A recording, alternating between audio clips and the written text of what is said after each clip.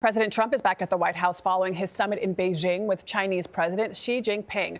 Now, while traveling back to the U.S., President Trump said Boeing reached a deal to sell at least 200 planes to China. It's a breakthrough for the aircraft company, which has been at the center of the president's efforts to reinvigorate American manufacturing. Before the summit, CBS's Anna Coren got access to a Chinese factory, which offers a very different picture of what manufacturing could look like. Inside a cavernous industrial building on the outskirts of Zhuhai, southern China, sits a factory of the future. Hundreds of yellow robotic arms move in sync along an assembly line, putting together thousands of components to build an air conditioning unit every 10 seconds. Owned by Gree, China's largest producer of air conditioners, this is what's known as a dark factory, operating 24 hours a day, 7 days a week, controlled by AI. A factory of this size normally employs around 10,000 people. This one has only 1,000, of which roughly a third are engineers. This is where machines are replacing humans. This is the nerve centre of the operation. Giant screens showing instant data of warehouse production, global sales and delivery.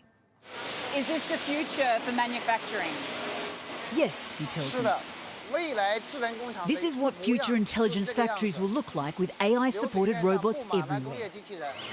60% of production is exported overseas. These units will be heading to North America. In fact, Gree has been advertising in Times Square. China already accounts for roughly 30% of global manufacturing output. That's expected to rise to almost 50% in the next 4 years. And you don't see many workers. There's not that many people here.